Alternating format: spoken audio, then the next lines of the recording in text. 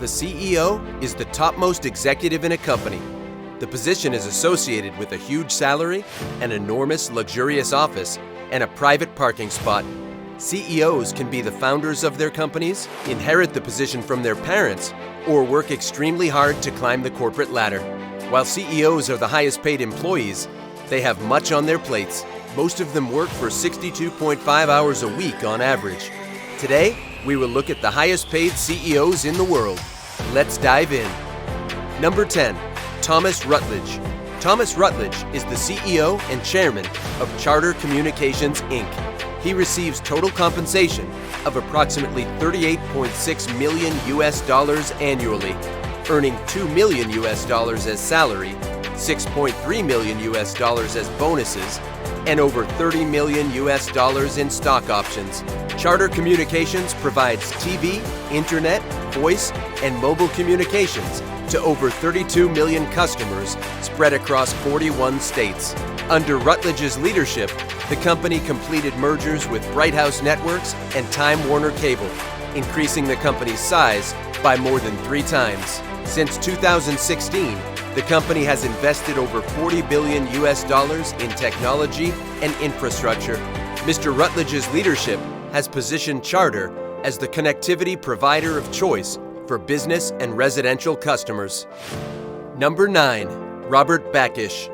Robert Backish is an American businessman and has become the highest paid CEO and president of Viacom CBS since December 2019.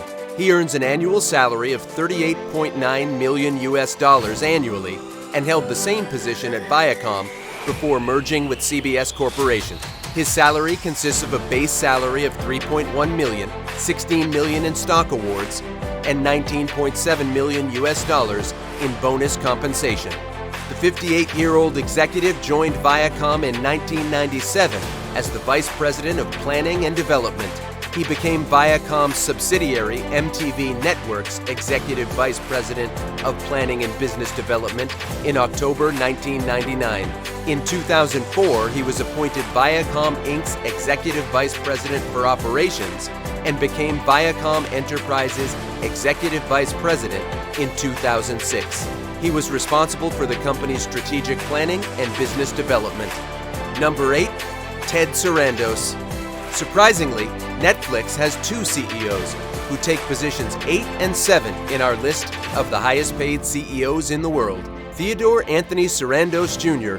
is a co-CEO and Chief Content Officer at Netflix and earns approximately $39.32 million annually. Born on July 30th, 1964, Sarandos attended Glendale Community College in Arizona. He met Reed Hastings, Netflix CEO, in 1999 and joined the company a year later.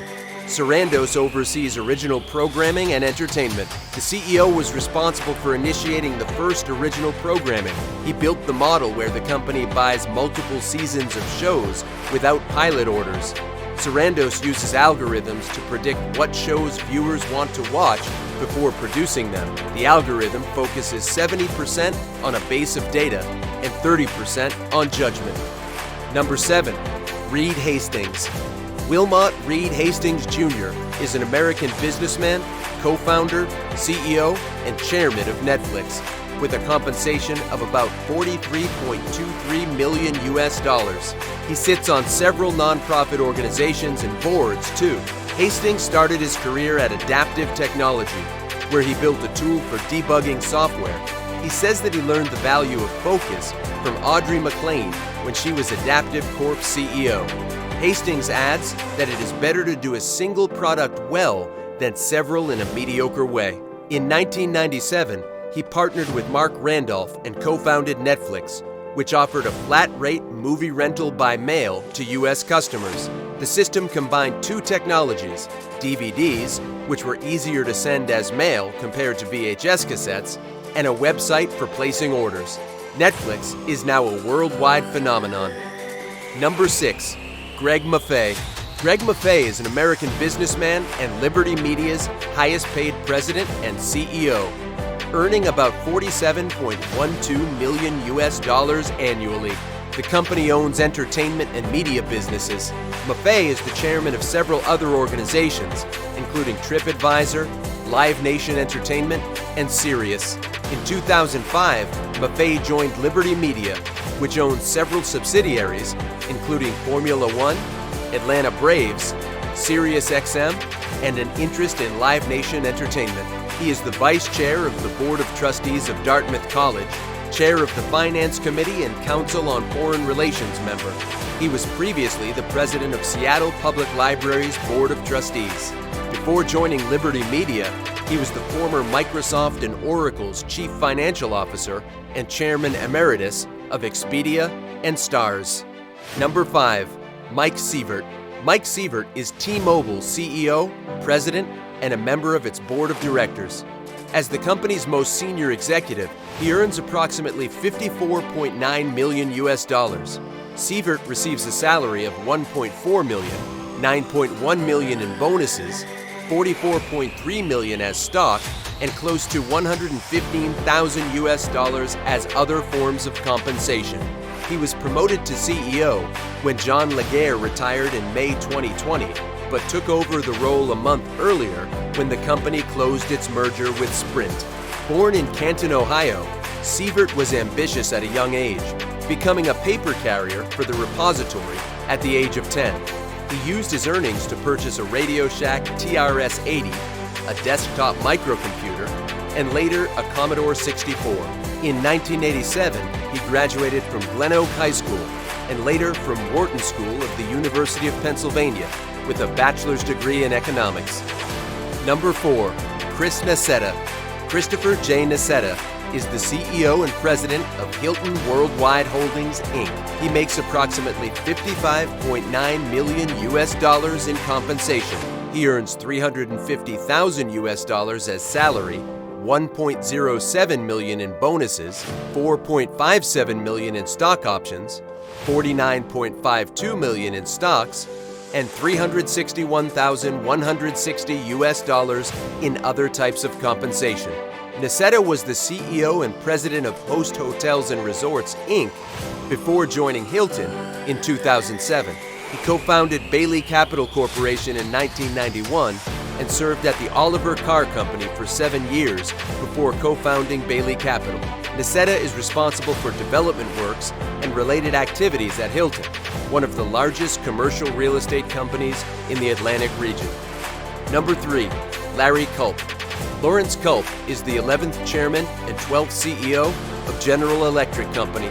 He joined the company's board of directors in April 2018 and became its CEO in October the same year.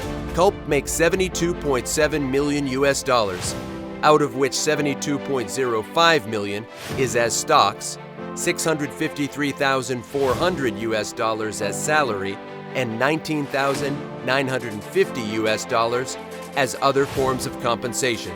He served as the CEO and president of Danaher Corporation before joining General Electric. Culp held the position for 14 years, from 2000 to 2014, and the company's revenue and market capitalization grew 5-fold during his tenure. Analysts and investors continually ranked him among the top CEOs in institutional investor surveys.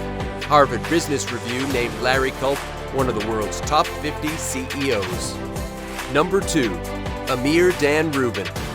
Amir Dan Rubin is the CEO of One Life Healthcare and has served as the president and chair of the company's board of directors since August 2017.